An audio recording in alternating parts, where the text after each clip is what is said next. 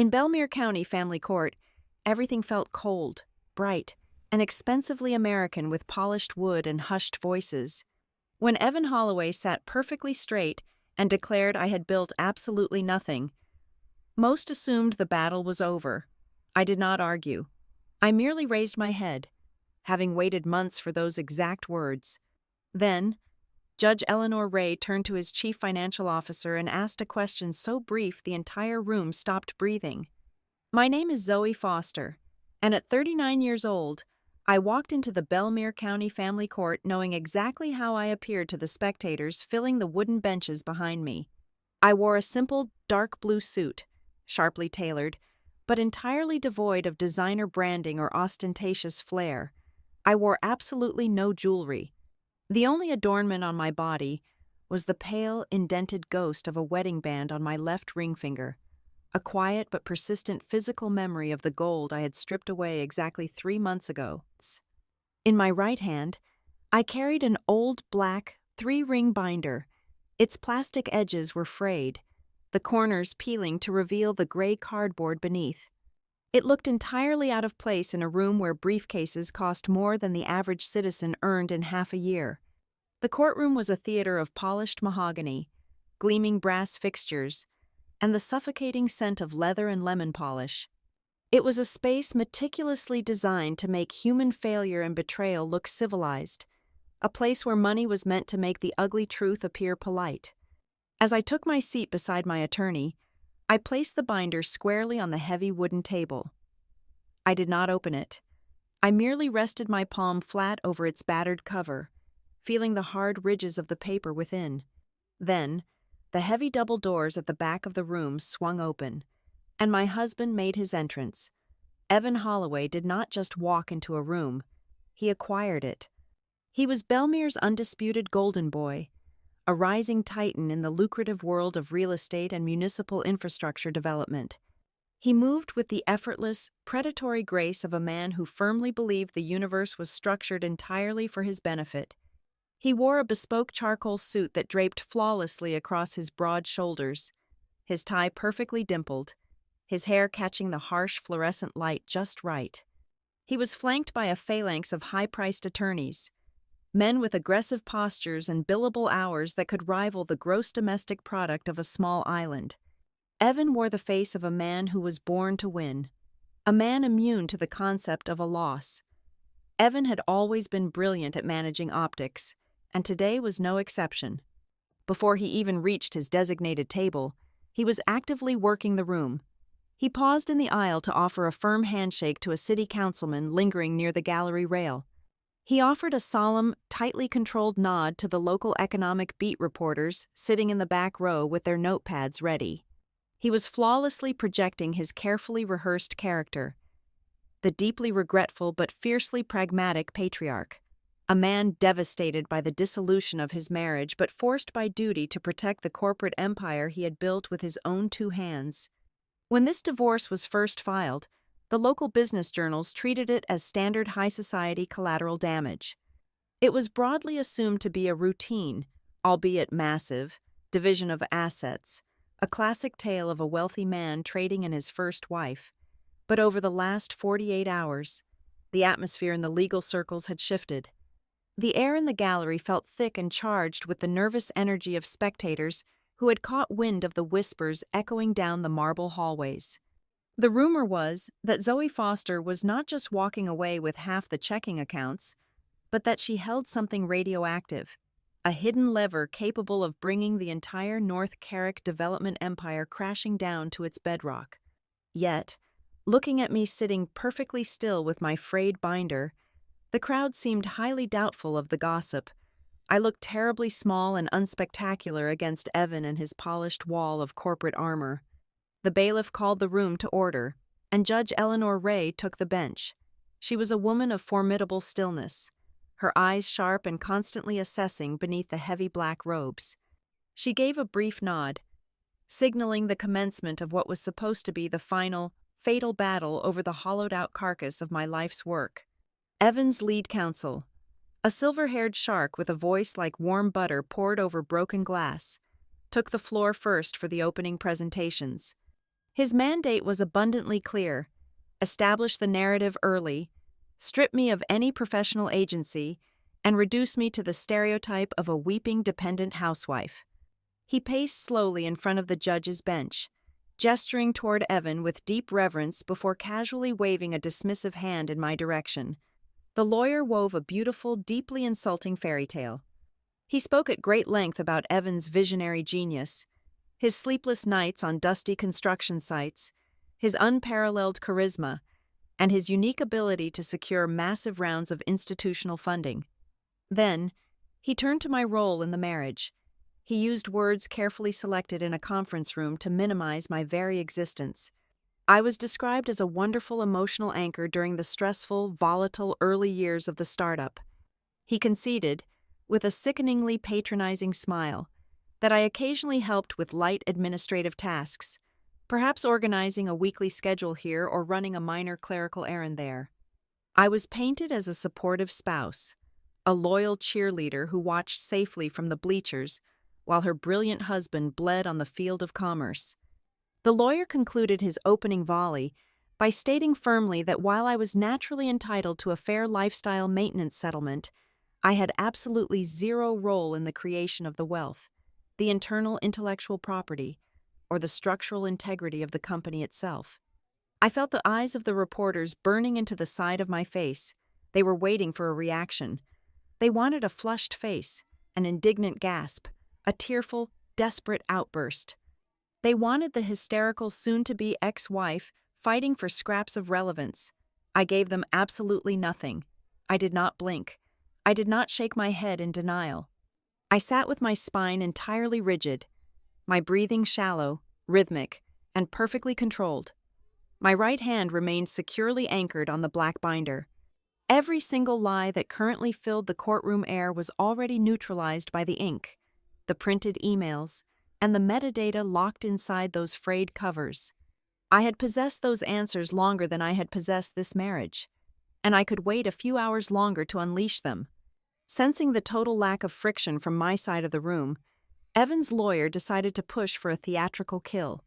He needed Evan to put the final nail in the coffin on the public record, to secure the narrative beyond a shadow of a doubt.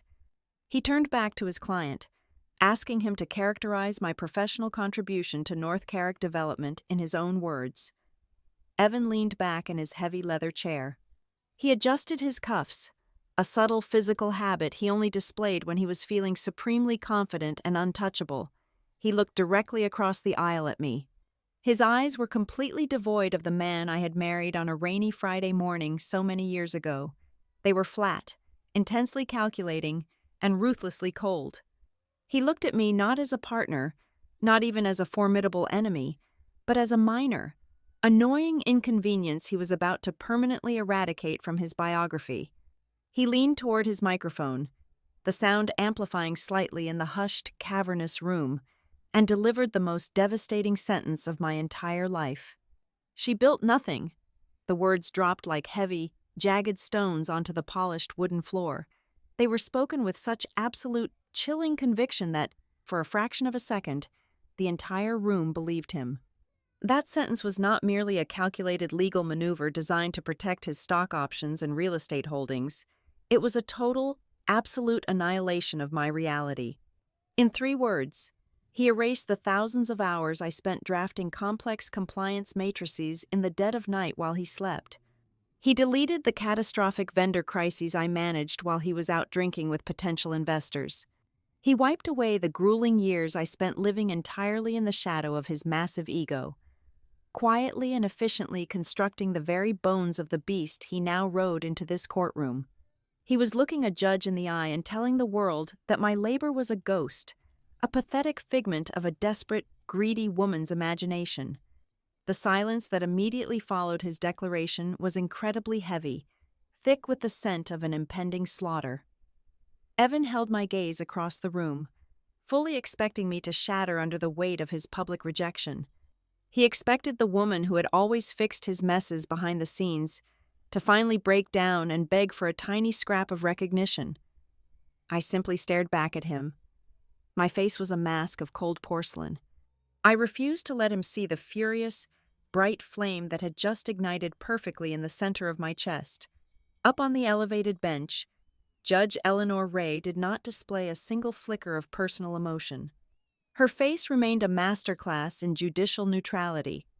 However, the courtroom was so quiet that the sharp, rapid scratching of her fountain pen against her leather-bound ledger sounded like small firecrackers going off. She finished writing her note. Then, she slowly set her pen down on the desk. Judge Wray lifted her chin and looked at Evan. It was a fleeting glance, but it lacked the automatic deference he had come to expect from people in positions of power. She then shifted her gaze to me. She looked at me for a long, heavy moment. It was a penetrating look that lasted perhaps 2 or 3 seconds longer than standard courtroom protocol dictated. Her eyes dropped to the battered black binder resting under my hand, lingering on the frayed edges, and then snapped back up to my face. There was no smile, no overt nod of solidarity, but the atmospheric pressure in the room subtly shifted. In the heavy, suffocating quiet, a profound sensation took root in the back of my mind. It was the distinct, electric feeling that the judge had just heard a man utter a sentence so blindly arrogant that it would inevitably crawl back to wrap around his throat. Evan Holloway had just dug his own grave in front of an audience, and he was entirely too busy admiring the polish on his shovel to notice. 8 years ago, I did not exist in boardrooms with polished mahogany tables. I existed in a fluorescent-lit, gray-walled cubicle at Halden Civic Analytics. I was a senior bid analyst, and my reputation within those sterile walls was built on a very specific, highly unglamorous superpower. I could dissect and comprehend a 300-page municipal infrastructure contract faster than most of my colleagues could skim their morning emails. I lived my life in the suffocating fine print, the indemnity clauses, the hidden environmental liabilities, and the obscure zoning caveats that could completely bankrupt a careless firm before a single bulldozer ever touched the dirt. I was the safety net people ignored until they were falling. That was precisely where Evan Holloway found me. He was frantic, pacing the cheap beige carpet of our reception area in a crumpled linen suit, possessing the wild, terrified eyes of a man watching his entire future evaporate in real time. His fledgling company, a tiny limited liability corporation barely out of its absolute infancy, had somehow managed to bluff its way into becoming the frontrunner for a massive city public housing renovation contract. It was the exact kind of monumental deal that makes a career overnight. But Evan, running entirely on charisma and caffeine, had made a fatal administrative error. He had submitted the wrong technical compliance file to the city planning board. The municipality required a highly specific, aggressively detailed safety and environmental mitigation matrix, and Evan had lazily uploaded a generic boilerplate template he found online. The deadline for final corrections was exactly 8 hours away. He was going to lose the contract, his seed money, and his pride all in one afternoon. It was pouring rain that night, the kind of heavy, relentless coastal rain that turns the city streets into slick black mirrors. By 7 in the evening, everyone else in the office had packed up their briefcases and gone home to their families. I stayed behind. I sat at my cramped desk until 2 in the morning, a lukewarm cup of vending machine coffee cooling slowly beside my glowing monitor. I took his fragmented, chaotic, wildly optimistic data and manually rebuilt the entire compliance matrix from absolute scratch. I cross-referenced obscure municipal building codes, forced his subcontractor estimates to align with rigid city mandates, and forged a flawless, airtight document. I hit the final submit button at exactly 2:45 in the morning. That single, quiet click of my plastic mouse saved the very first deal that ultimately put North Carrick development on the map. Evan did not just send a polite email or a standard bouquet of flowers to thank me. He showed up at my desk the very next day with 2 cups of black coffee and a look of absolute, unadulterated awe on his face. He sat on the edge of my desk, carelessly invading my quiet, organized space with his restless, electric energy, and told me I was a savior. He looked at me as if I were a kind of industrial magic. He called me the only one who sees what is missing before everything collapses. For a woman who had spent her entire professional life being largely invisible, being consistently useful but never celebrated, that single sentence was an incredibly potent drug. We fell in love with a terrifying, blinding velocity. It was less a traditional romance and more a hostile, joyful takeover of my heart and mind. We were married on a crisp Friday morning at the downtown city hall, exchanging incredibly brief vows in front of a visibly bored municipal clerk. We did not want a massive, expensive wedding with cake and bridesmaids. We wanted a blood partnership. We were entirely drunk on the intoxicating mythology of the American dream. We firmly believed we were the ultimate power couple, destined to build a concrete empire from the dirt up, to get aggressively rich together, and one day sit on a custom velvet couch in a penthouse and recount those brutal, sleep-deprived early days as our greatest romantic victory. The first real casualty of that magnificent dream was my professional independence. As North Carrick officially secured the public housing contract, the sheer volume of logistical, legal, and operational paperwork threatened to drown Evan completely. He was a phenomenal salesman, a genuine visionary, a man who could charm a commercial bank out of its vault, but he could not organize a digital filing cabinet to save his life. Without hesitation, I walked into my boss's office and resigned. I left my stable, predictable job with its comfortable pension, matched retirement fund, and premium health benefits. I walked away from Halden's Civic Analytics to work full-time for North Carrick Development. I accepted this massive transition without a formal title or a signed employment contract. When I finally brought it up one evening, casually sketching out a proposed corporate organizational chart on a paper diner napkin, Evan reached across the table and covered my hand with his. He smiled that incredibly warm, persuasive, golden boy smile and made a solemn promise. He told me to just wait until the Series A funding round was entirely done.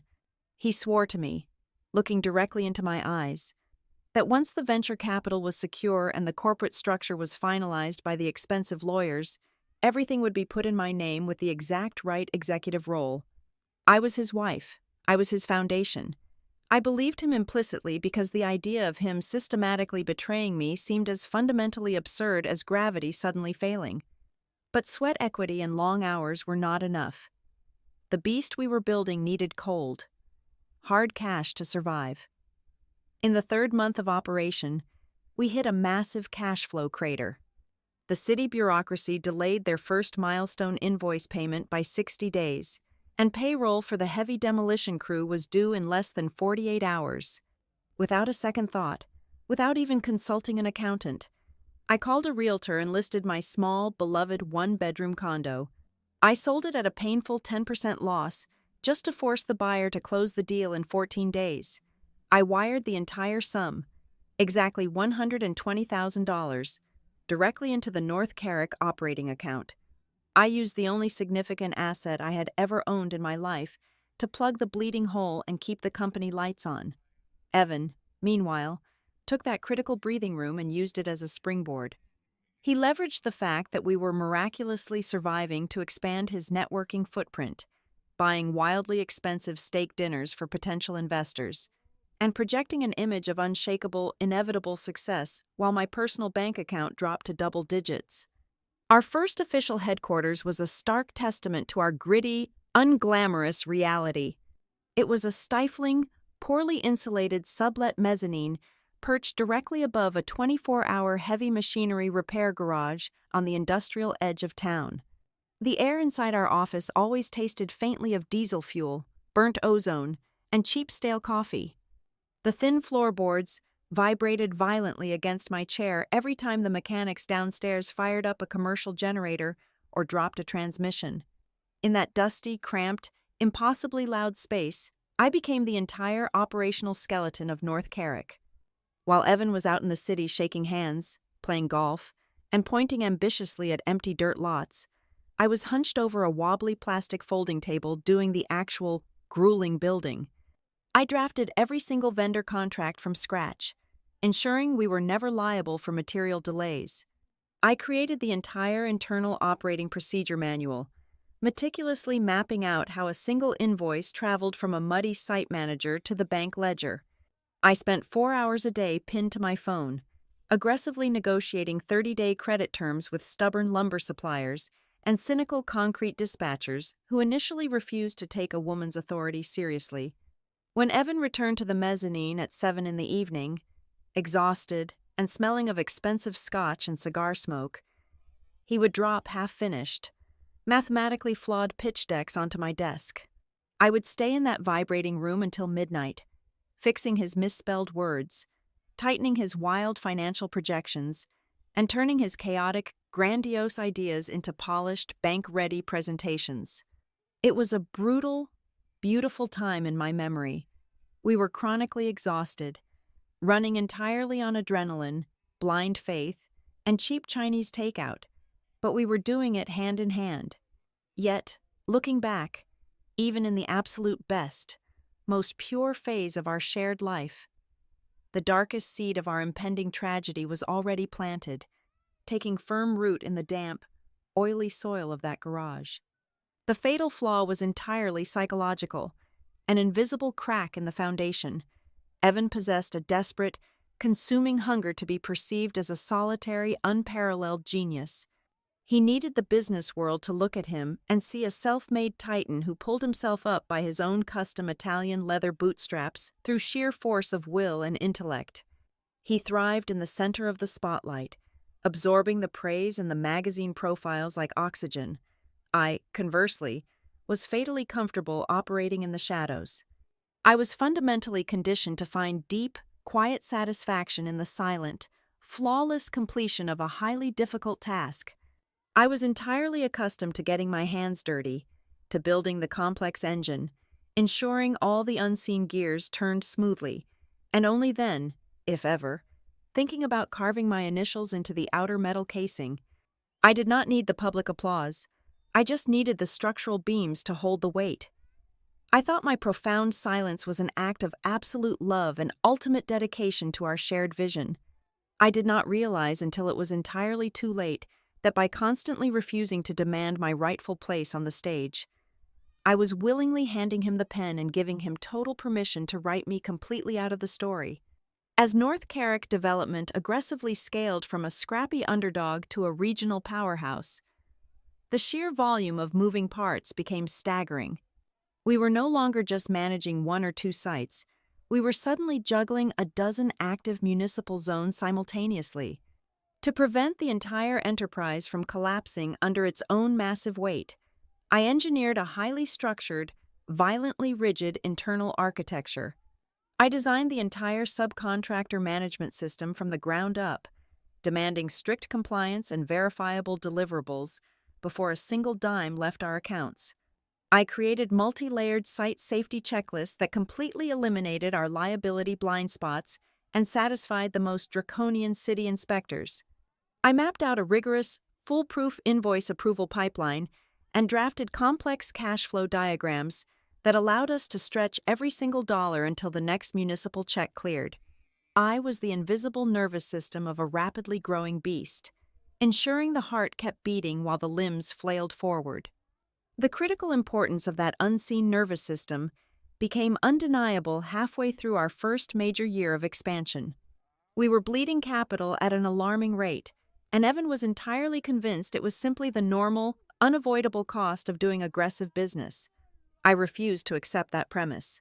I spent 3 consecutive days locked in a windowless conference room, manually auditing 8 months of cross-referenced purchase orders, delivery manifests, and bank statements. That was when I found the fatal leak. 3 of our largest suppliers, the heavy concrete and raw steel vendors, were quietly but systematically double billing us for materials diverted to completely different construction sites. I isolated the fraudulent invoices, tracing the missing inventory down to the last bag of cement and the final steel girder. My audit stopped a financial hemorrhage of nearly $300,000. If that hole had remained undiscovered for another 30 days, our first fiscal year would have ended in catastrophic bankruptcy. I saved the company from absolute ruin, yet my name never appeared on the recovery documents or the subsequent vendor settlement agreements. Instead of demanding a parade, I codified my survival tactics into a massive, comprehensive operational playbook. It was a dense, meticulously organized manual detailing exactly how North Carrick functioned on a molecular level. Every single new project manager, every junior accountant, and every site supervisor we eventually hired was required to study that exact text to understand the lifeblood of our operations. Yet, the title page simply bore the company logo and a generic corporate font. My authorship was entirely erased, absorbed into the nameless void of corporate property. This erasure soon began to bleed heavily into the public sphere as well. Whenever the local business journals or glossy municipal magazines ran feature pieces on our explosive growth, the narratives were rigidly controlled and intensely focused. Evan was consistently celebrated as the brilliant founder, the visionary pioneer, the self-made builder who was single-handedly reshaping the city skyline. If I was mentioned at all, I was invariably relegated to the final, obligatory paragraph of the article. I was framed entirely through my relation to him, his wife, the quiet, behind-the-scenes support system who kept the home fires burning while he bravely conquered the brutal industry. The profound indignity of this invisible labor crystallized completely during a highly publicized charity gala in the late autumn of our second year. The grand ballroom was packed with the exact demographic of venture capitalists and Tier 1 developers we desperately needed to court for our next phase of growth. I was wearing a silk gown I had bought off the rack and tailored myself, standing quietly beside Evan as he held court near the open bar. He was magnificent, effortlessly charming a tight circle of older men whose collective net worth could buy a small island nation. When one of the lead investors, visibly impressed by our quarterly projections, asked how North Carrick managed to run so flawlessly despite our rapid, chaotic scaling, Evan laughed warmly. He threw a heavy arm around my bare shoulders, pulled me into his side, and squeezed. He smiled broadly at the titans of industry and told them I was simply the one who kept his calendar organized and kept him from going completely crazy. In a single, charming sentence, he reduced my intricate financial modeling, my aggressive crisis management, and my operational genius to the role of a glorified administrative babysitter. I stood there, gripping a crystal glass of champagne so tightly I thought the stem might snap, feeling my entire professional identity physically shrink to the size of a postage stamp right in front of the very men who were earning massive dividends off my unpaid labor. Whenever I pushed back in the quiet privacy of our home, demanding a formal executive title and a legally binding share of the equity I had bled to create, Evan was always armed with a perfectly reasonable, deeply logical excuse. He would kiss my forehead, pour me a glass of wine, and tell me it was just too early in the fiscal cycle to disrupt the capitalization table. He claimed the corporate tax structure was not yet optimized for dual ownership, and that adding me now would trigger unnecessary liabilities. He solemnly promised that the lawyers were currently drafting the paperwork, but we just needed to wait until the next major acquisition closed to make it official, without spooking the current board. I was continually, softly, persistently told to wait. My patience, however, fractured completely the day I processed the new internal payroll files and saw his younger sister's name newly added to the executive roster. She was given the completely fabricated, highly impressive title of Brand Strategy Director. Her actual, tangible contributions to the company consisted of appearing at 3 ribbon-cutting ceremonies, choosing the catering for a holiday party, and organizing a single, highly unnecessary corporate photo shoot. Yet, her annual salary was set exactly $40,000 higher than the modest, almost insulting stipend I had finally allowed myself to draw from the general fund. That was the exact week I drove to an office supply store and bought the black binder. I did not purchase it with a heart full of malice, a thirst for vengeance, or a premeditated, malicious plan to eventually destroy my marriage in a court of law. I bought it out of a creeping, cold, and absolute terror. I began to quietly print out every pivotal email thread, every early iteration of the capitalization tables, every rejected bank guarantee bearing my signature, and every piece of foundational documentation that definitively proved I was the architect of the operational machine. I slid them into clear plastic sleeves, hiding them in the very back of my closet behind my winter coats. I was not building a bomb to level his empire. I was building a tiny, desperate lifeboat for my own sanity. I had finally realized that I was completely expendable in his grand narrative, and I was terrified of the day he might look me directly in the eye and tell me I had never actually been there at all. But despite the blindingly obvious red flags, I stayed. I did not pack my bags and leave him then. I stayed not because I was hopelessly naive, entirely foolish, or tragically weak. I stayed because women like me, women who build the hidden structures of the world, are socially conditioned to harbor a deeply fatal flaw. We inherently dangerously believe that if we just keep our heads down, if we just work hard enough, and if we just remain undeniably, perfectly competent, the sheer weight of the truth will eventually be forced to protect itself. The tectonic plates of my marriage did not shift violently with a shattered wine glass or a screaming match in the hallway. They shifted silently, ruthlessly, with a single string of unfamiliar text on a routine routing sheet. I was sitting at my desk late on a Thursday afternoon, cross-referencing a mid-year vendor compliance audit, when I saw it nested quietly deep within the corporate ownership tree. Hearthline Holdings, Limited Liability Company. I had personally designed every single architectural branch and subsidiary of North Carrick Development. I knew where every penny originated and where every invoice died. Yet, I had never seen this name.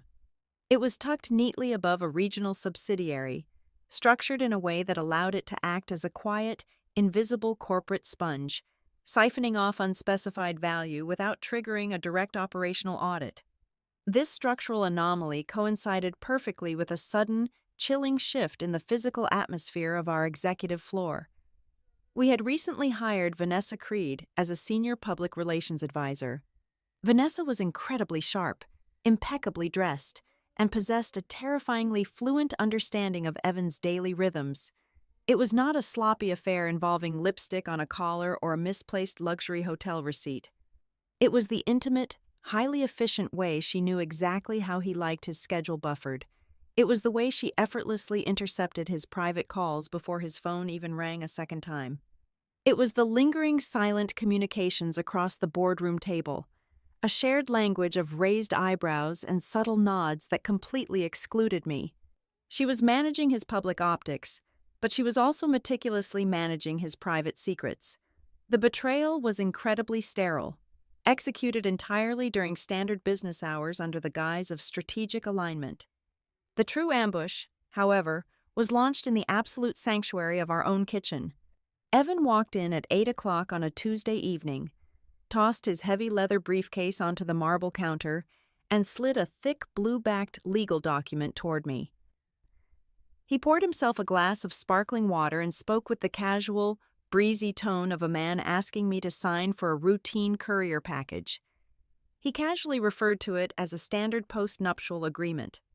He claimed our primary commercial lending bank required a much cleaner, heavily simplified asset structure to underwrite our new multi-million-dollar debt facility.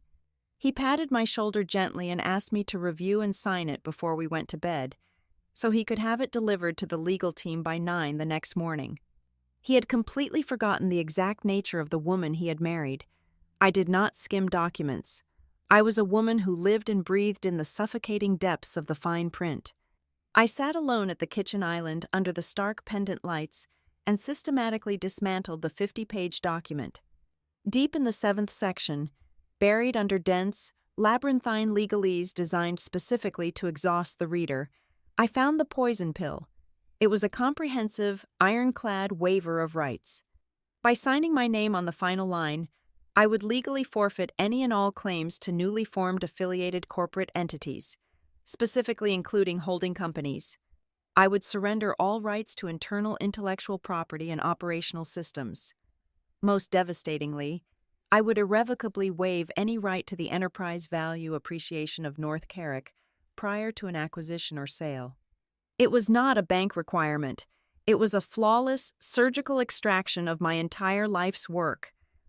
I slowly looked up from the paper. I placed my silver pen down on the marble and told him, in a voice entirely devoid of emotion, that I would not sign it. I expected an explosion of rage. I expected him to shout, to slam his hand against the counter, to aggressively accuse me of clinical paranoia or lack of faith in our shared vision. Instead, Evan did something far more terrifying. He went completely, mechanically dead. His handsome face hardened into a mask of absolute chilling indifference. He did not argue. He simply reached across the counter, took the document, slid it back into his briefcase, and walked out of the room without uttering a single syllable. That suffocating silence was the loudest sound I had ever heard in my entire life. The following morning, I drove to the corporate office at exactly 7. I stepped out of the elevator and swiped my security badge at the heavy glass front entrance. The card reader beeped sharply and flashed red. Access denied. I walked back to my car, pulled out my laptop, connected to the mobile hotspot, and tried to log into the main administrative server. My credentials bounced back as invalid. In the span of 12 hours, I had been digitally and physically locked out of the massive machine I had built with my own hands. Exactly 48 hours later, the final calculated blow landed. I was standing by my car in the visitor section of the company parking lot, attempting to reach our chief financial officer on my phone, when a man in a nondescript gray jacket approached me.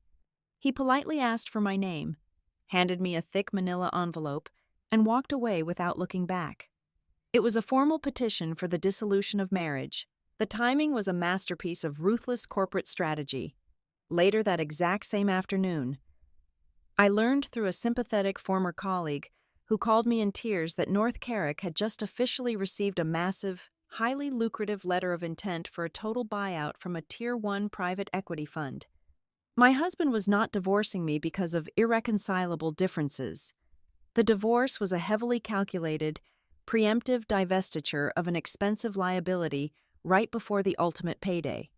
Our first mandated mediation session felt entirely like a hostile corporate takeover meeting. We sat on opposite sides of a long, cold glass table in a neutral downtown legal suite. Evan did not look like an angry or grieving husband. He looked entirely bored, occasionally checking his luxury watch. When my attorney pushed aggressively for a fair valuation of my sweat equity and my foundational role in the company, Evan stopped taking notes. He leaned forward, rested his forearms on the glass, and looked me dead in the eye. With a voice smoother, colder, and significantly calmer than the day he asked me to marry him, he delivered the defining thesis of his betrayal.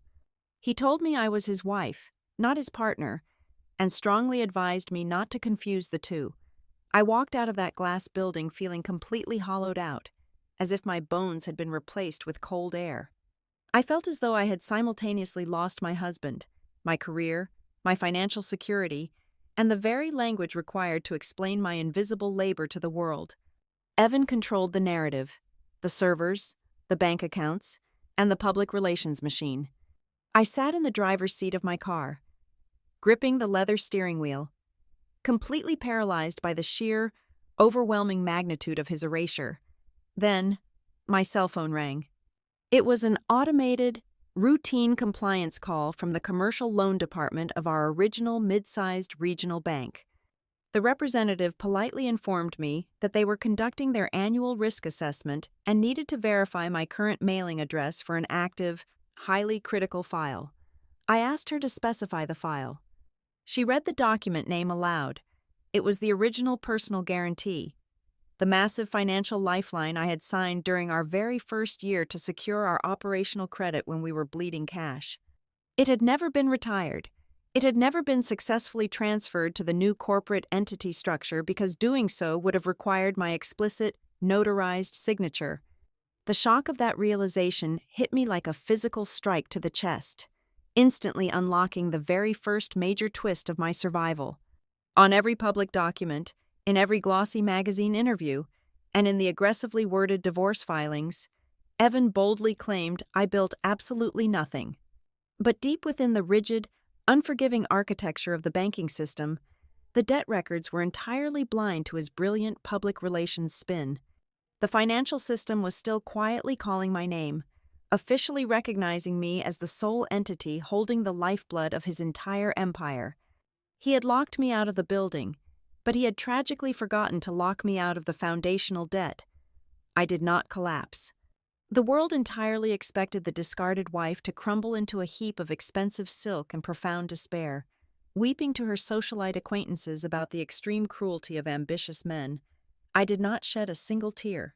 Instead, I methodically packed my personal life into exactly 32 cardboard boxes and walked away from the sprawling modern glass house I had personally designed from the ground up.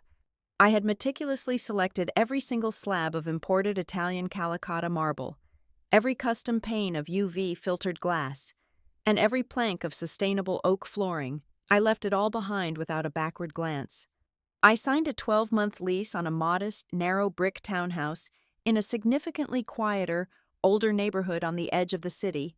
For the first few days, the absolute silence of the small space was physically jarring. I was no longer waking up at 5 a.m. to the frantic, aggressive buzzing of Evan's 2 dedicated cell phones. I was no longer structuring my entire biological rhythm around his chaotic, endlessly demanding executive presence. I was simply a woman breathing in a quiet room, drinking black coffee, and meticulously plotting a forensic war. To actively sustain my independence and keep my mind violently sharp, I accepted a temporary, high-level consulting contract at a boutique firm named Rook Hollow Advisory. They specialized in operational strategy for distressed mid-cap logistics companies. During my very first week, I completely restructured a failing supply chain matrix for a regional distributor in exactly 4 days. On Friday afternoon, the managing partner handed me a check for my initial period of consulting. It was the first time in nearly 8 years that I was holding a piece of paper that explicitly translated the pure, unadulterated power of my intellect into an exact, highly compensating financial figure. I traced the raised ink of my name on the check. I was not a supportive, secondary spouse. I was a premium intellectual asset, and the open commercial market recognized exactly what my husband had actively tried to bury. With my daily survival completely secured, I turned my absolute focus to my legal counsel. My attorney, Lena Orr, was the complete antithesis of Evan's silver-haired, highly theatrical courtroom shark. Lena operated out of a cramped, heavily disorganized office filled entirely with towering stacks of manila folders and empty coffee cups. She did not wear custom-tailored suits or falsely promise me a grand, emotionally satisfying revenge. She was a woman of cold, hard documents. During our second meeting, as I started to passionately recount a specific conversation where Evan had verbally promised me 25% equity in the holding company, Lena raised a single hand and stopped me entirely. She looked at me with flat, pragmatic eyes and delivered the only piece of professional advice that truly mattered. She told me to never argue with memory. She told me to only argue with records. That exact directive became my absolute religion. I retreated to the small, poorly lit dining table of my new townhouse and finally opened the frayed black binder. For 3 consecutive weeks, I slept exactly 4 hours a night. I became a digital archaeologist, ruthlessly excavating the buried ruins of my own invisible labor. I cross-referenced faded bank statements with old, desperately saved emails. I pulled up the heavily encrypted external hard drives I had quietly packed away. I found the original deeply flawed pitch decks Evan had attempted to build during our first year, and placed them side by side with the flawlessly executed corporate slides I had completely rewritten while he was out at expensive steakhouses cultivating his genius persona. The universe, it seemed, also heavily favors those who build the actual foundation. People who work silently in the shadows recognize each other. Late one Tuesday evening, my phone vibrated with an unknown number. It was Reese Dalton, our former senior warehouse manager. A brutally honest man Evan had unceremoniously fired 2 years prior for aggressively demanding a minor cost of living raise for his forklift operators. Reese spoke with a quiet, gravelly voice, asking absolutely nothing in return. He simply stated that he had been closely reading the local business journals about the divorce. He told me that if Lena ever needed to issue a formal subpoena, he would gladly raise his right hand in a court of law and swear under the severe penalty of perjury that if Zoe Foster did not explicitly nod her head, not a single heavy pallet ever left the loading dock. He validated my complete operational control in a way no highly paid executive ever did. Less than 48 hours later, a thick, unmarked envelope arrived in my new mailbox. There was no return address and no letter of explanation enclosed. Inside was a massive stack of highly sensitive, internal company ledger printouts dating back to our volatile second year of rapid operation. I recognized the specific formatting instantly. They were secretly printed by Tess Norwood, an incredibly sharp but painfully shy junior accountant whom Evan had routinely demeaned and publicly dismissed as a glorified human calculator. I checked the corporate directory through a proxy server the very next morning. Tess had completely scrubbed her internal profile and quietly resigned from North Carrick that exact same week, leaving behind a flawless, undeniable paper trail of Evan's earliest financial manipulations. But the absolute crown jewel of my late-night excavations came from a much smaller, highly technical detail. While digging through the original source files of the massive operational playbook, the exact, comprehensive manual every single North Carrick employee was forced to memorize during onboarding, I casually right-clicked on the document properties. My breath caught sharply in my throat. Evan had been incredibly thorough in having his aggressive legal team scrub my name from the visible title pages, the glossy corporate letterheads, and the official state compliance filings. But he was fundamentally an arrogant salesman, not a technical operator. He did not understand the underlying permanent architecture of digital files. Deep within the hidden metadata, permanently baked into the digital signature of the core operational documents, the author and creator fields remained completely unchanged. They boldly and permanently displayed my full name. It was undeniable, strictly time-stamped, forensic proof that I was the primary architect of the entire corporate nervous system, not merely a dutiful wife assisting with light clerical paperwork. I brought this staggering digital discovery to Lena the very next morning. She reviewed the metadata logs with clinical, silent precision, but her eyes quickly darted to a different document entirely, a heavily redacted asset schedule involving the mysterious corporate entity I had discovered weeks ago. She laid the metadata proof directly next to the initial corporate registration documents of Hearthline Holdings. I sat quietly across the desk, watching her brilliant mind connect the invisible dots, watching the second massive twist of our legal strategy lock perfectly into place. Lena tapped her silver pen against the Hearthline document. She calmly explained that Hearthline was not simply a minor, insignificant holding company used for standard tax deferral, as Evan had casually claimed. Based on the precise timing of its rapid creation and the impending, highly lucrative acquisition by the Tier 1 private equity fund, Hearthline was a specifically designed financial trapdoor. Evan was deliberately structuring the impending corporate buyout so that the largest portion of his personal payout, the massive multi-million-dollar performance earnout, would instantly bypass the primary North Carrick accounts and funnel directly into Hearthline. Because Hearthline had been quietly established under a completely separate legal framework, entirely obscured from our standard marital asset portfolio, he fully intended to shield the largest financial windfall of our entire lives from the impending divorce settlement. Sitting in Lena's cluttered office, the final remnants of my marital grief completely evaporated, rapidly replaced by a cold, crystalline clarity. This was no longer a tragic, common domestic dispute. I was no longer just a deeply insulted, discarded wife desperately seeking a meager slice of fairness or a pathetic emotional apology. The battlefield had completely shifted.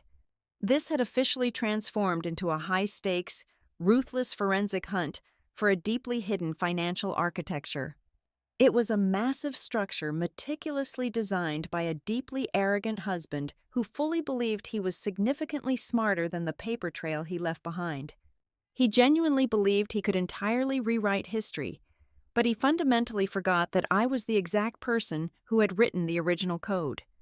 The legal phase known as discovery is rarely the dramatic courtroom showdown depicted in popular media.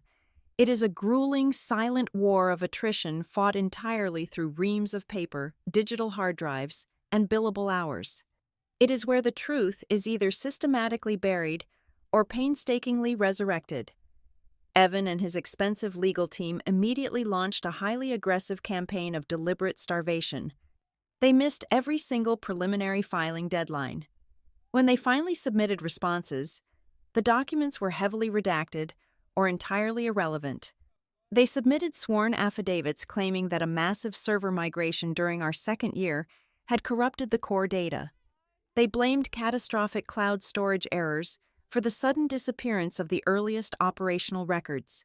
They boldly stated on the legal record that many early-stage foundational files simply no longer existed. Elinor did not waste a single breath arguing with his lawyers over missing hard drives.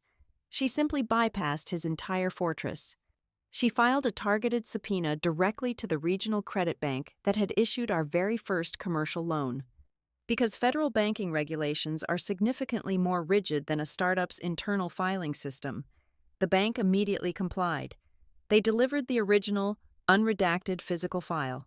Sitting in Lena's office, I traced my own signature on the original personal guarantee. But the true victory was not my signature. It was a small, aggressively typed internal note attached to the underwriting approval sheet by the senior bank officer. The note explicitly justified the high-risk loan by citing my financial injection, categorizing the funds directly as critical founder support.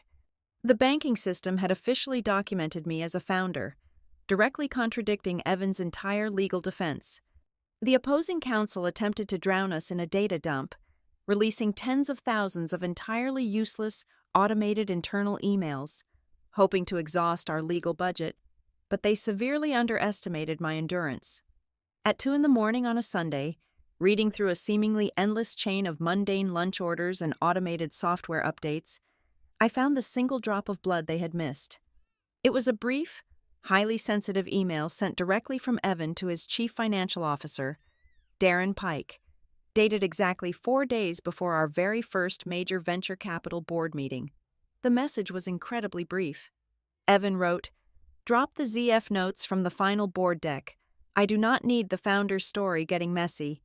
He had explicitly ordered my erasure in writing, acknowledging my status as a founder in the exact same breath he used to delete me. This singular email opened the floodgates for the secretly printed ledgers I had received in the mail.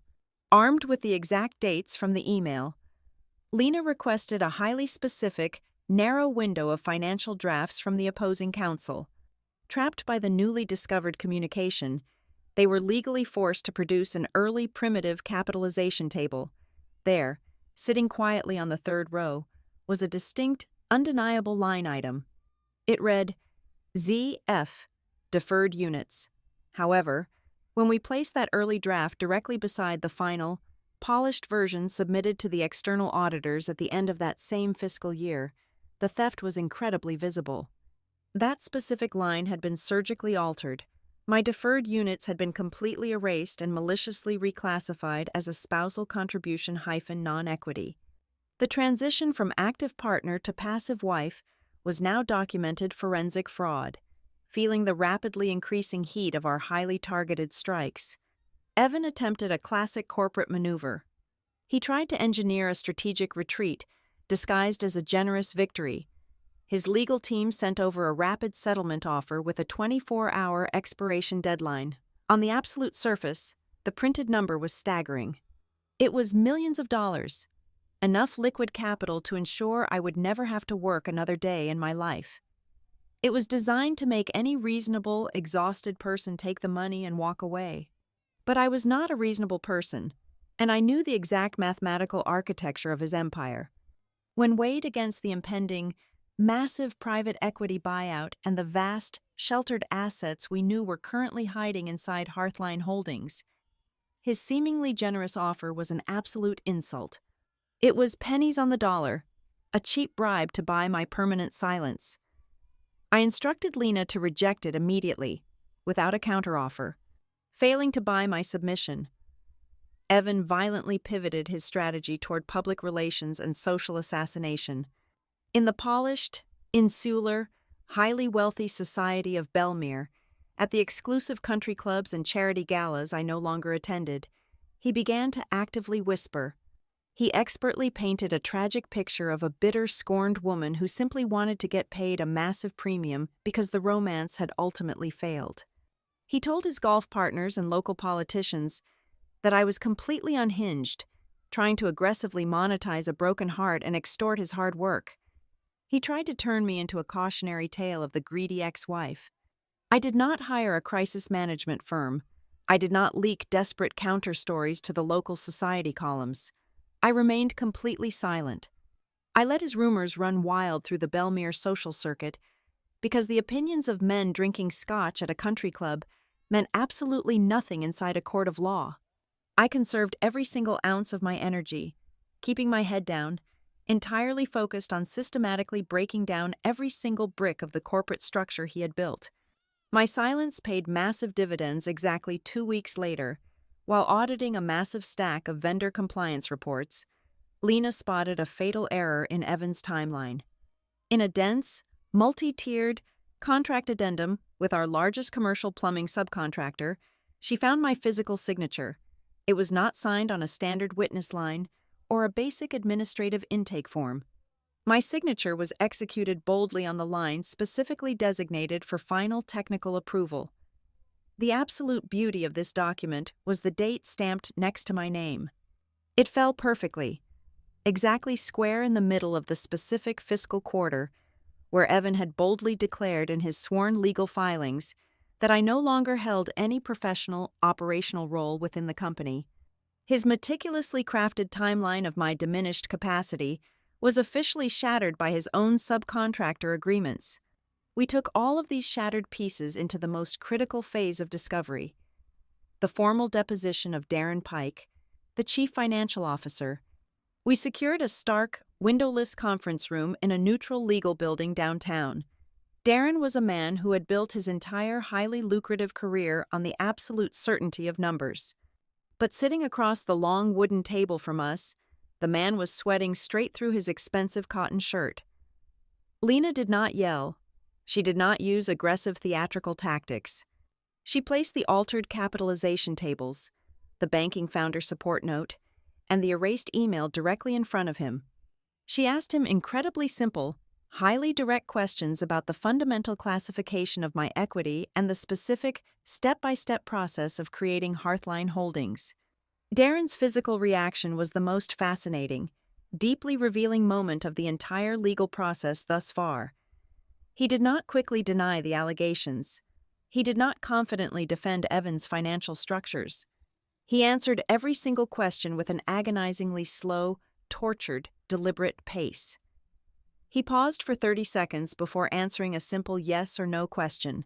He parsed every single syllable, looking constantly to Evan's defensive lawyers for a lifeline that never came. As I sat perfectly still, watching him grip his water glass with shaking fingers, I realized exactly what I was witnessing.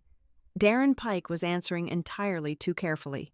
He was behaving exactly like a man who was not simply afraid of making a minor legal mistake or accidentally stepping into a perjury trap. He was a man absolutely paralyzed by the sheer, crushing terror of accidentally telling the truth. The afternoon before the formal trial commenced, a heavy, authoritative knock echoed against the front door of my narrow brick townhouse. I opened it to find a delivery courier standing awkwardly on my front step, nearly obscured by a massive, obscenely expensive arrangement of stark white orchids. Tucked carefully into the pale green silk ribbons was a thick, cream-colored envelope. I did not need to break the wax seal to know the exact weight of the cardstock or the specific, aggressive slant of the handwriting inside. I pulled the card free and read the single line of black ink. "We do not need to destroy each other to end this." I stood in the doorway, feeling the cool afternoon breeze against my face, and stared at the pristine white petals. 2 years ago, a gesture exactly like this might have successfully shattered my resolve. It might have triggered a desperate, foolish hope that the man I married was still buried somewhere beneath the heavy corporate armor. But I was no longer that exceptionally naive woman. I looked at the courier. my voice completely devoid of anger or theatrical malice. I politely instructed him to take the arrangement back to his van and dispose of it however he saw fit. I did not reject the flowers as a flashy, cinematic display of newfound strength. I turned them away because I finally understood the fundamental physics of my husband. Evan's kindness never arrived when you were bleeding. It only arrived when he realized you were holding a knife to his throat. His magnanimity was always perfectly timed to serve his own strategic interests, an opening negotiation tactic disguised as an olive branch. Less than 2 hours later, I was sitting across from Lena Orr in her heavily cluttered office. The atmosphere was incredibly tense, the air thick with the metallic scent of old paper and the bitter aroma of stale coffee. We were meticulously reviewing our final exhibit list when Lena's secure private phone rang. It was Tess Norwood, making one final, incredibly risky contact before vanishing completely from the blast radius of our impending legal war. Tess did not speak for long. She simply gave Lena the combination code to a secured rental locker at a downtown transit station. When Lena returned to the office an hour later, she placed a small, silver external hard drive onto the center of her wooden desk. It was an uncorrupted physical backup from the original, primitive accounting software North Carrick had utilized during our chaotic first 36 months. Evan's highly paid technology consultants had confidently assured him under oath that this specific server architecture had been entirely wiped and physically destroyed during the massive corporate system migration. They were completely wrong. Tess, the junior accountant Evan had consistently treated as invisible, had quietly mirrored the entire drive before the original servers were sent to the scrapyard. We plugged the cold silver device into an isolated, secure laptop. We painstakingly waded through thousands of fragmented digital directories until we found a single, deeply buried folder. Inside was a spreadsheet with a completely mundane, easily overlooked file name. It was simply titled Legacy_Cap_1. Lena double-clicked the file. The screen instantly illuminated our faces with a pale blue glow. Right there, locked in the frozen digital amber of our second fiscal year, was the absolute, undeniable truth. The worksheet contained a raw, unaltered equity distribution matrix. It clearly documented a specific line item reserving a substantial percentage of deferred corporate rights strictly in my name, but the file held an even deadlier, more specific secret. Attached directly to the equity column was a highly detailed capital repayment schedule. It was explicitly designed and mathematically formatted to reimburse the exact monetary figure from the condo I had sold to save his failing payroll during our first major crisis. Lena leaned back in her leather chair, a slow, predatory stillness settling over her features. She tapped her silver pen against the edge of the desk. She softly explained that if we could force Darren Pike, the severely compromised chief financial officer, or the external firm that audited those early records, to authenticate this specific digital footprint under oath, Evan's entire defensive fortress would instantly vaporize. The meticulously constructed legal narrative that I was merely a supportive, domestic bystander would publicly and violently collapse right onto the polished mahogany floors of the Bellmere courthouse. That exact evening, we were required to attend a mandatory final procedural hearing at the courthouse to finalize the admission of the contested evidence exhibits. The session was brief, highly technical, and completely devoid of a public audience. As the heavy wooden doors swung open and we spilled out into the cavernous, dimly lit marble hallway, Evan finally made his move. He intentionally separated himself from his legal phalanx, stepping directly into my physical path. The long corridor was practically deserted, the heavy silence amplifying the sharp, confident click of his expensive leather shoes against the stone. He looked down at me, flashing a faint, incredibly condescending smile. It was the exact, practiced smile he used when he was ruthlessly negotiating with a desperate vendor he knew he was about to bankrupt. He leaned in slightly, invading my personal space just enough to establish physical dominance, and lowered his voice to a smooth, velvety whisper. He looked at my face and told me that I had built a family. He paused for exactly 2 seconds, intentionally letting the patronizing weight of the word settle in the empty, cold air between us. Then he added, "Not a company." He was actively attempting to initiate psychological warfare, desperately hoping to provoke a reckless emotional reaction the night before our formal battle. He wanted me to scream at him, to frantically defend my legacy, to give him a satisfying preview of my courtroom anxiety. I did not give him a single syllable of ammunition. I did not counter his insult with a clever retort. I simply stood my ground, gripping the battered black binder tightly against my chest, and looked directly up into his eyes. I held his gaze with a cold, terrifying emptiness. The silence stretched out, heavy and suffocating, lasting for 5 seconds, then 10 seconds, then 15. I watched the absolute, arrogant certainty slowly drain out of his face, replaced by a subtle, creeping unease. I simply waited until the atmospheric pressure became entirely too immense for his ego to bear. He blinked first. He shifted his weight nervously to his left foot, breaking the visual lock, exposing a sudden, microscopic crack in his golden armor. Only then did I turn and walk away, my heels clicking rhythmically down the long hall. I held the frayed binder close to my ribs, carrying it not like a defensive shield, but like a highly detailed topographic map leading directly to the exact location where he had dug his own grave.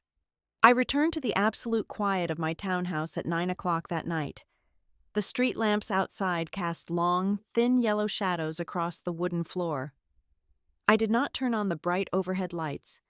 I sat alone at my small dining table, illuminated only by the warm glow of a single reading lamp, and opened the black binder for the final time before it became public record.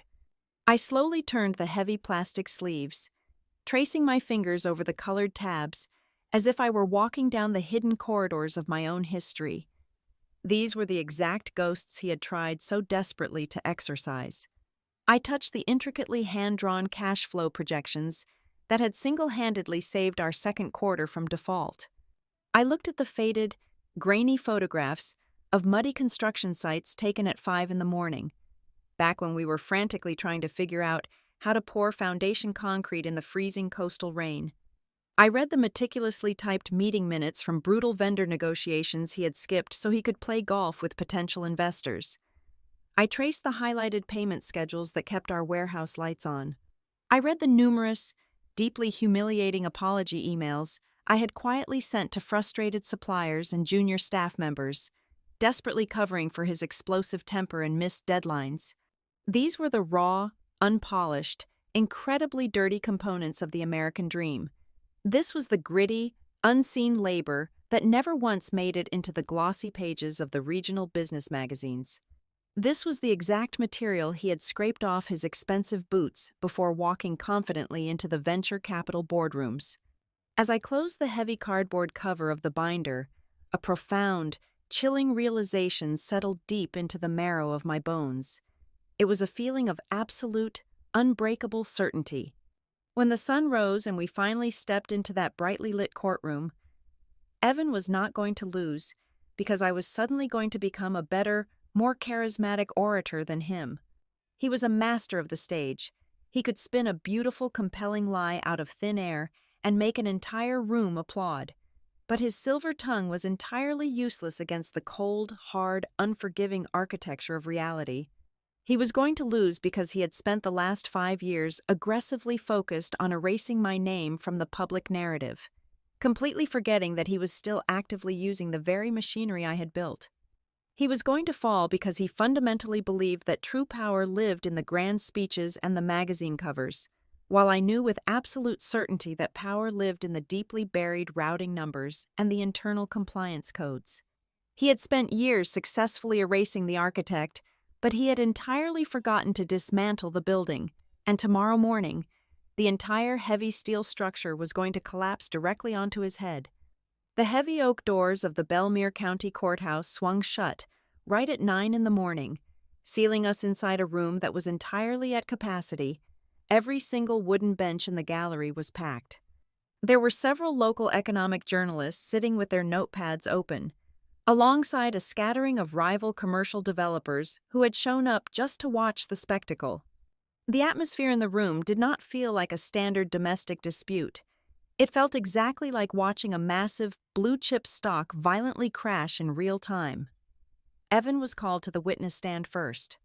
Guided by his silver-haired lead attorney, he immediately began to construct his masterpiece.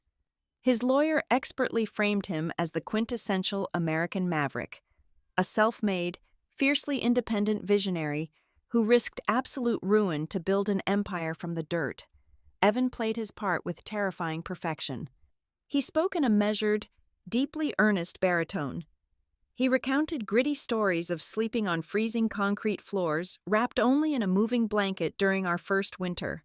He talked about personally closing massive zoning deals over cheap diner coffee, and he spoke of the crushing, solitary burden of carrying a multi-million-dollar payroll on his shoulders. He knew exactly when to pause, looking down at his hands with a heavy, performative sigh, making himself sound incredibly credible and burdened by his own success. To solidify this narrative, his legal team projected a series of glossy, high-resolution photographs onto the large monitor facing the judge. They showed me wearing a tailored dress at our inaugural winter charity gala. They showed me standing on a patch of artificial grass, holding a pair of giant novelty scissors at a municipal ribbon-cutting ceremony. They showed me politely handing out glossy brochures at a vendor appreciation dinner. The story they were telling the court was glaringly obvious. I was a woman who deeply enjoyed the luxurious lifestyle generated by my husband's brutal labor.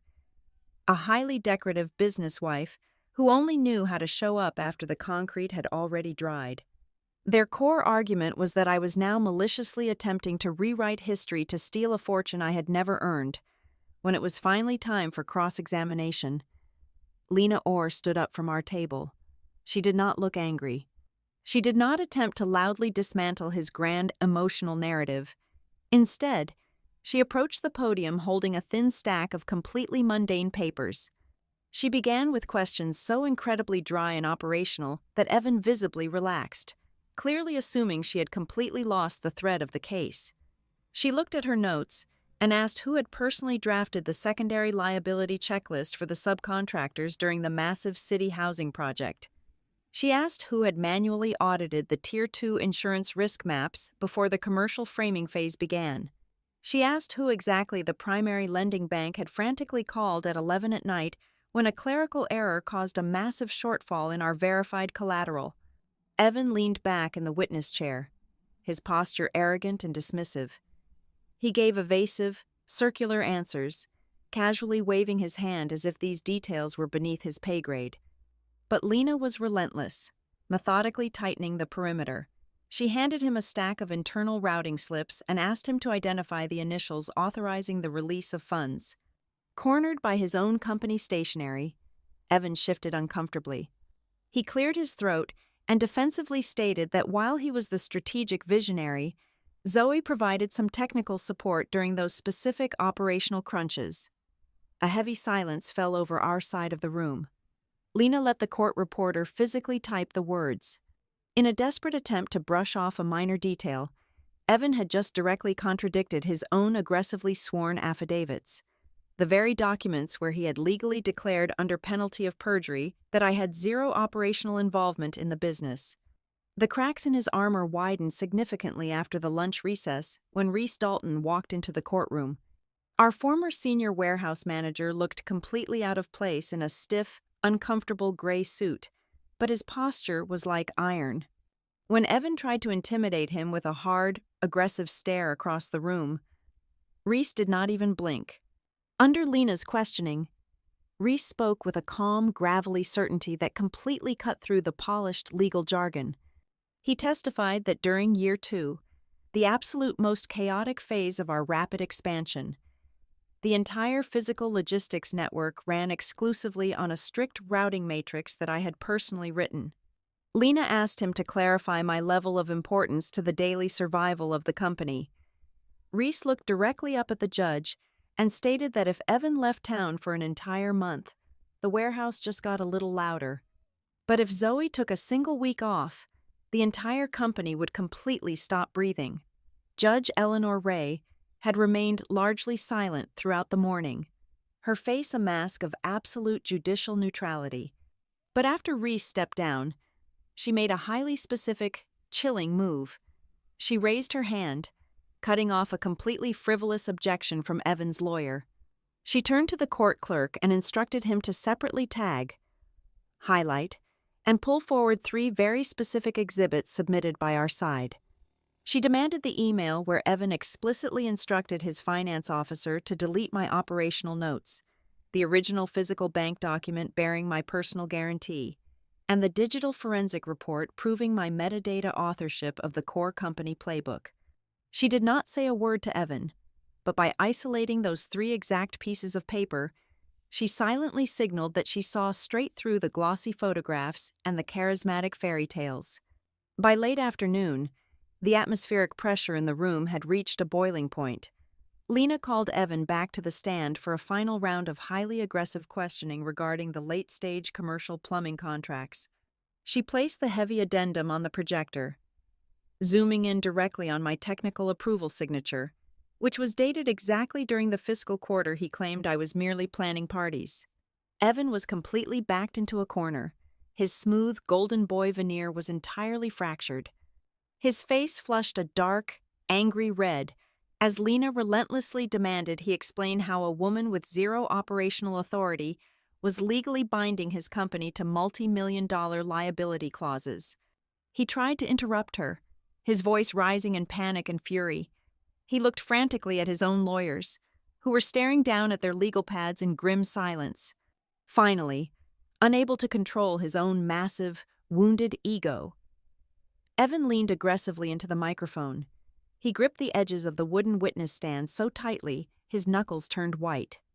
In a moment of pure, unadulterated arrogance, he angrily repeated the exact same fatal phrase he had used to humiliate me on the very first day of the hearings. He looked at Lena, then glared directly at me, and practically spat the words into the quiet room. He stated, once again, that I built absolutely nothing. It was a catastrophic miscalculation. He genuinely believed that repeating a lie with enough forceful anger would somehow bend reality back to his will. But in that highly charged room, surrounded by a mountain of my meticulously gathered forensic evidence, his arrogance was no longer intimidating. It was just insulting to the intelligence of everyone present. Judge Wray stopped writing. She slowly placed her fountain pen onto her heavy leather desk pad. The sound echoed like a gunshot in the silent room. Evan's absolute refusal to concede even an inch of reality, his sheer, unyielding contempt for the truth, pushed the judge to make a highly unexpected procedural decision that would completely alter the trajectory of the trial. When my name was finally called by the bailiff shortly after the mid-morning recess, a profound, expectant hush fell over the packed gallery. The journalists sitting in the back rows leaned forward, their pens poised over their legal pads. They, along with Evan and his expensive legal team, were entirely anticipating a highly emotional spectacle. They expected the classic, tragic performance of the discarded wife. They waited for my voice to tremble, for tears to ruin my careful composure, and for a desperate, venomous tirade against the man who had supposedly ruined my life. I gave them absolutely none of that. I walked to the witness box with the exact same measured, deliberate stride I used when entering a hostile boardroom. I sat down, adjusted the microphone, and kept my spine perfectly straight. I did not look at Evan with hatred or sorrow. I barely looked at him at all. I answered Lena's opening questions with the crisp, flat, and highly efficient cadence of a woman who had spent the last 8 years quietly doing the actual, grueling work while other people stood on brightly lit stages and performed. Lena did not ask me about my shattered feelings. She asked me about the corporate timeline. She opened her copy of my frayed black binder, and together, we systematically guided the court through the exact architecture of my invisible labor. We started with the very first night. I calmly detailed how I had stayed awake until 2 a.m. in a rain-battered office to completely rebuild a botched compliance file. I did not ask the judge to simply take my word for it. Lena immediately submitted the original digital file into evidence, pointing directly to the hidden metadata that proved my authorship. stamped at exactly 2 hours and 45 minutes past midnight on the 14th of November during our founding year. We moved relentlessly forward. I testified about the specific month our cash flow completely evaporated. I explained, without a single tremor in my voice, how I had sold my personal condominium at a 10% loss just to cover the massive shortfall. I did not sound like a grieving martyr. I sounded like a chief operating officer executing a brutal but strictly necessary fiscal maneuver.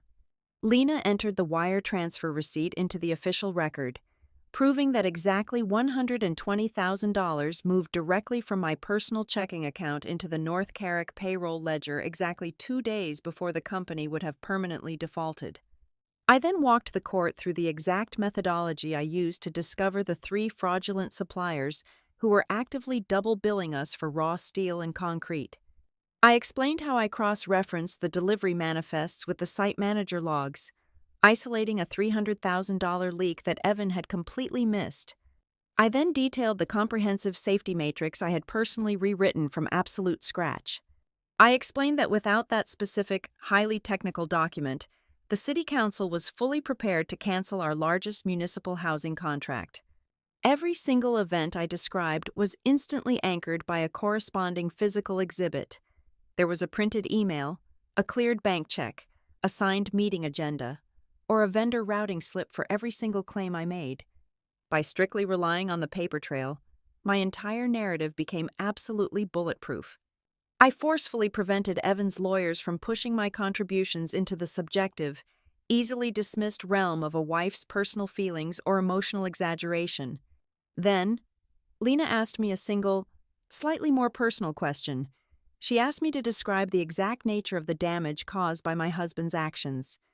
The courtroom was so quiet, I could clearly hear the low hum of the air conditioning vents overhead. I looked directly at Judge Elinor Wray, and I spoke my most painful truth using my absolute quietest voice. I told the court that the deepest, most profound injury was not discovering the newly hired public relations advisor acting inappropriately intimate with my husband. The ultimate injury was not being abruptly served divorce papers in a cold parking lot. I stated clearly that the true devastation was watching the man I loved take the exact machinery I had built with my own hands, use it to construct a massive, glittering monument to his own ego, and then confidently look the entire world in the eye and declare that I had never even existed within those walls. My quiet statement hung heavily in the cold air, completely unassailable because it was entirely supported by the massive pile of foundational documents currently resting on the judge's bench. Lena then called 2 highly strategic rebuttal witnesses to firmly cement my testimony. First, a senior representative from our primary commercial lending bank took the stand. He was a deeply conservative man who dealt exclusively in rigid risk assessment. He reviewed the original loan file and testified, under oath, that my personal, unlimited financial guarantee was the absolute, non-negotiable cornerstone of the entire credit agreement. He stated plainly that if I had not signed that specific piece of paper, North Carrick Development would have been immediately denied its vital credit line during its first critical year of operation, completely starving the company of capital before it even broke ground. Next, a grizzled, long-time concrete supplier named Thomas stepped into the box. He was a man who possessed zero patience for polished corporate posturing. When Lena asked him who actually managed the accounts and ensured the heavy machinery kept moving, Thomas did not hesitate. He leaned into the microphone and bluntly stated that he always called Zoe directly when he needed a delayed invoice cleared or a massive logistical crisis solved. He testified that Evan only ever showed up to the dirt lots when there were local news cameras present or a massive new municipal contract waiting to be signed. This was the exact moment the polished, impenetrable armor of Evan Holloway finally cracked open. For 3 entire days, he had maintained the effortless, superior posture of an untouchable titan, but being completely stripped of his foundational myth in a public forum, hearing a blue-collar vendor openly dismiss his operational authority on the official record, struck the absolute core of his massive, fragile ego. He lost his rhythm. He completely forgot where he was. Evan aggressively pushed his heavy leather chair back, the wooden legs scraping loudly against the floor. He ignored his lead attorney, who was frantically grabbing his suit sleeve, and angrily interrupted the entire proceeding. His face was flushed dark red with genuine, uncalculated fury. He pointed a shaking finger toward the witness box and shouted that I was merely dressing up basic, low-level administrative chores to sound like high-level corporate strategy.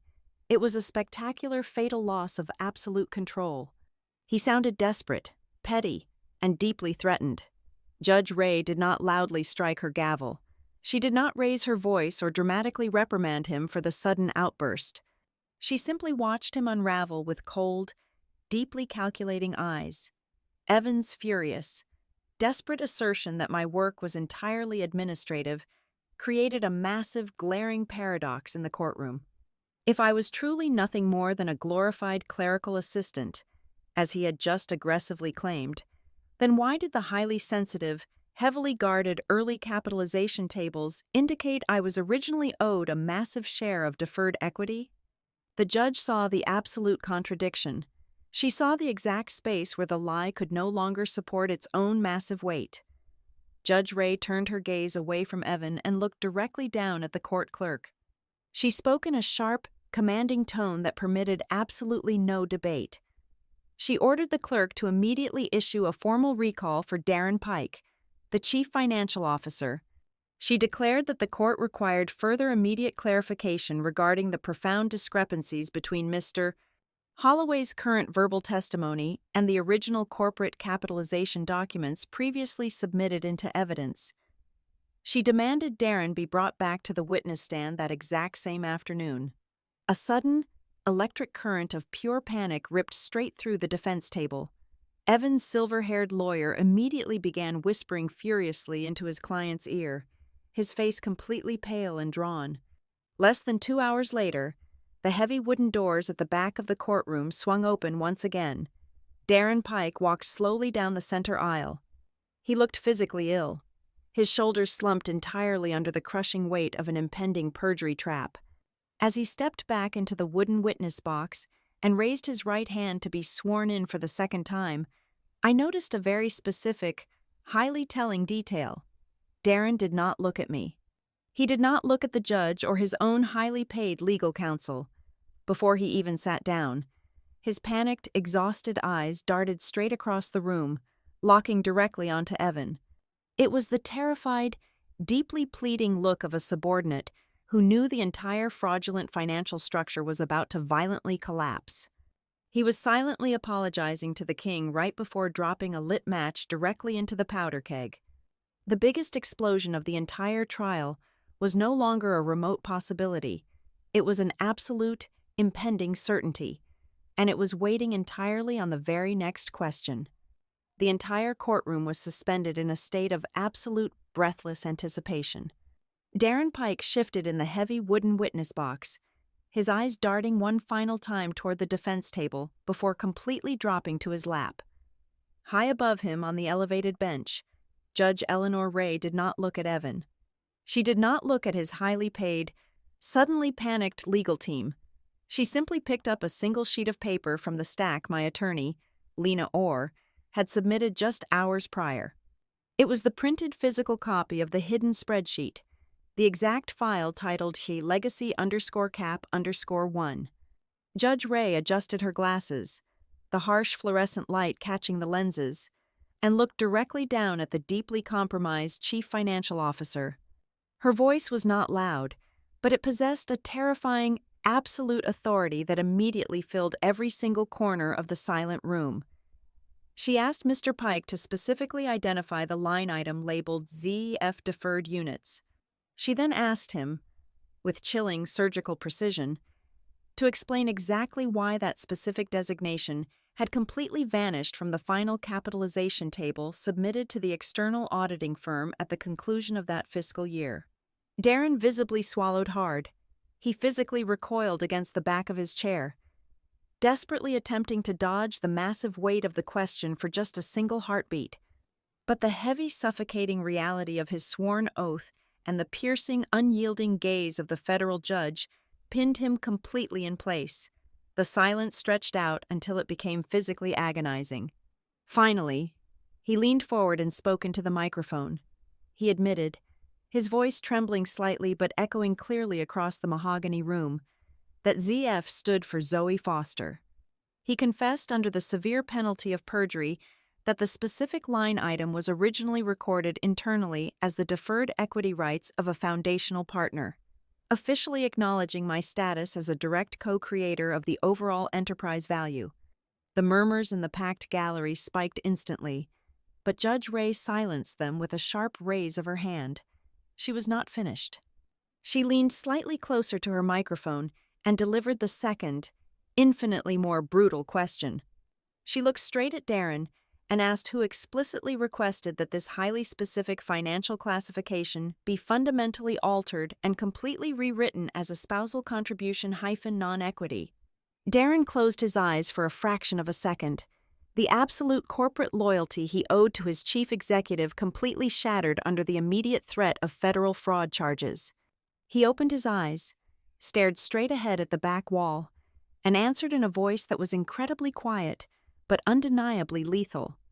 He stated simply, "Mr. Holloway did." The strike was utterly flawless. Lena Orr immediately stood up from our table, seamlessly seizing the massive, bleeding wound in the defense's narrative. She rapidly and methodically connected the final, devastating dots for the official court record.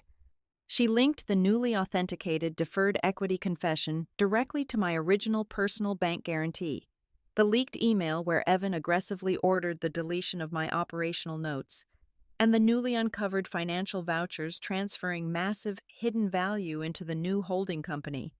She expertly demonstrated to the court that my husband had not merely suffered a lapse in memory or casually denied my marital contributions out of spite.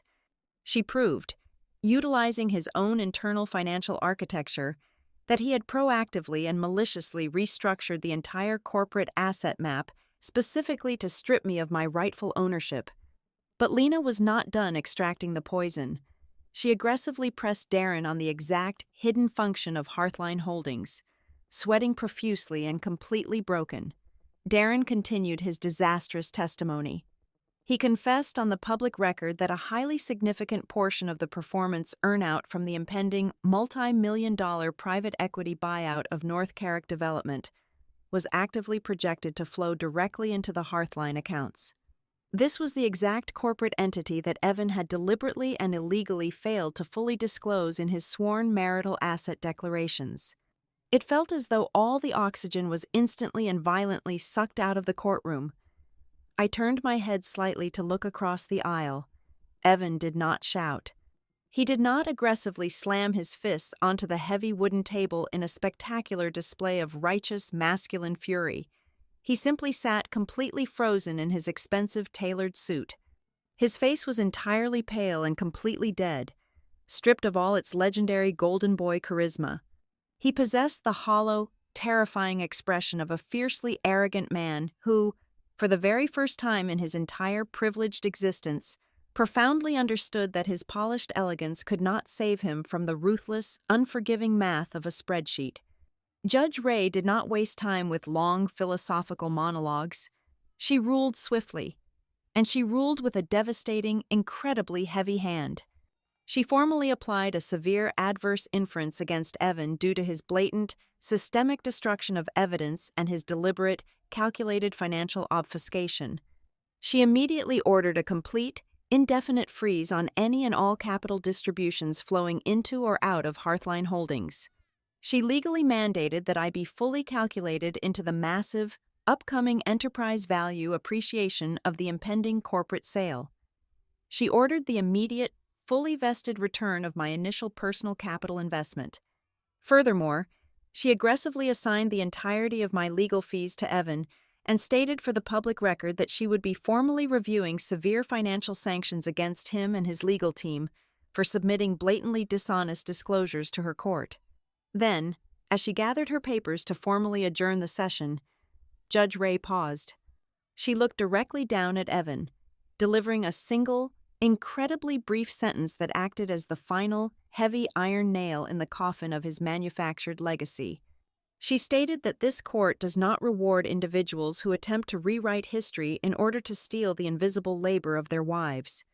The wooden gavel fell with a loud, sharp crack that signaled the absolute end of his empire. When the bailiff officially dismissed us, the gallery immediately erupted into a chaotic symphony of frantic whispering and shuffling reporters rushing for the heavy doors. I stood up slowly. I did not smile in triumph. I did not look across the table to gloat at the shattered remains of the man I had once deeply loved. He was completely irrelevant to me now.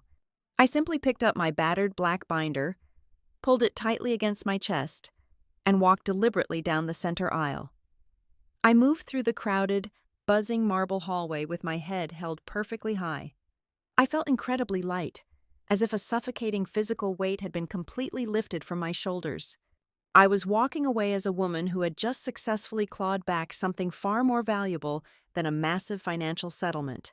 I had reclaimed the absolute, undeniable right to put my own name on the exact life I had built. An hour later, I unlocked the front door of my quiet, narrow brick townhouse.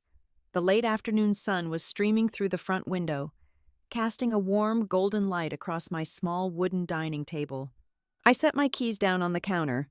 I sat at the table and placed the black binder squarely in front of me. I ran my hand over the frayed, peeling plastic edges that had successfully survived the absolute worst year of my life. I opened the front cover. I reached into my bag, pulled out a thick black marker, and carefully peeled the old, blank white adhesive label off the inner spine. I placed a fresh, crisp white sticker right in the center of the heavy cardboard cover. I uncapped the marker and took a slow, deep breath. I did not need to destroy him in front of the world with screaming matches or bitter public campaigns. The ultimate, most complete revenge was entirely quiet and flawlessly bureaucratic.